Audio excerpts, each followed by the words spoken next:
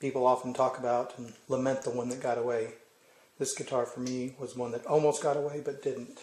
It is a very cool 1960s Epiphone Howard Roberts model that was made by Gibson and then was sent to Robert Benedetto in 1976 to have a new neck made for it. As you can see here, he did a great job matching the neck to the body. The body has kind of a cherry amber sunburst to it, and the headstock does a very good job matching it. It's also a very cool Cremona style headstock, which you don't see very often. As you can see here, the headstock shape is very similar to those found on his Cremona style guitars. Has a sunburst finish there as well, which makes it match the body very nicely. Has the vine and a banner inlaid along with his name there in mother of pearl, and then mother of pearl block markers. And as you can see there, it also has Grover Imperial tuners. Here's a nice close-up of the headstock. Headstock down to the fingerboard. Fingerboard's ebony with mother of pearl block inlays. See there the 1100 Rhythm Chief DeArmond pickup. Pickguard is L5 style, tortoise, multiple bindings. Gibson styled bridge with the inlay. Again, beautiful sunburst finish. Original as well, lots of finish checking. Ebony tailpiece, ebony knobs.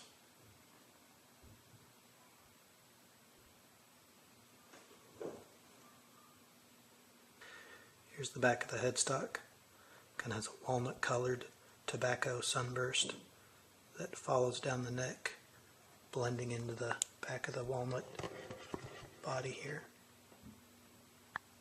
And of note too, since it was the 70s, you can see here that the back of the headstock has a volute. Not that it needed extra strength from the laminations in the neck, but nice touch. Here's a close-up of the neck and all the laminations.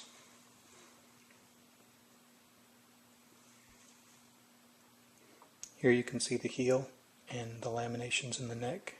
You can also see that the heel cap is made up of more laminations of exotic woods. The back is nothing special, probably laminated maple, similar in construction and shape to the ES-175. And again, the beautiful neck from Benedetto here.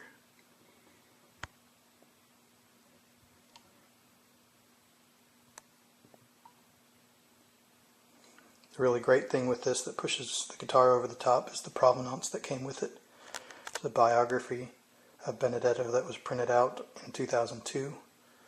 There is the receipt from having the neck made, shows the time and the date and the cost, a letter from Benedetto talking about the guitar and stating its value, the envelope that the bill was shipped in, and this picture here of the original owner who had the neck made, Eddie Deer, playing with George Barnes.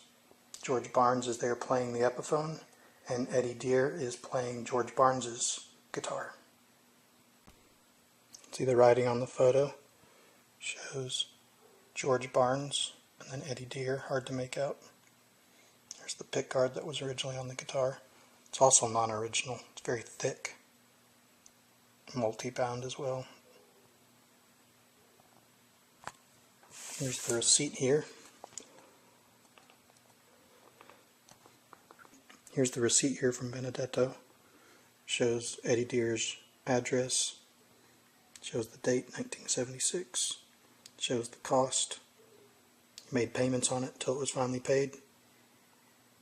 Paid in full. Here's the envelope that the bill came in. Again, dated 1976. 13-cent stamp. Here's the note from Benedetto, dated May 25, 1976.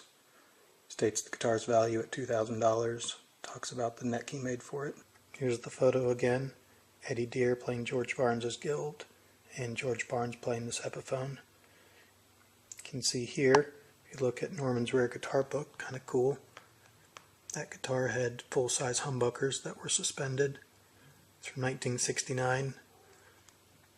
Norman talks about it being ultra rare, which of course it is. I don't know if it was the only one made, but that could be it right there. with Eddie Deere playing it. But either way, George Barnes played this guitar, which is pretty cool.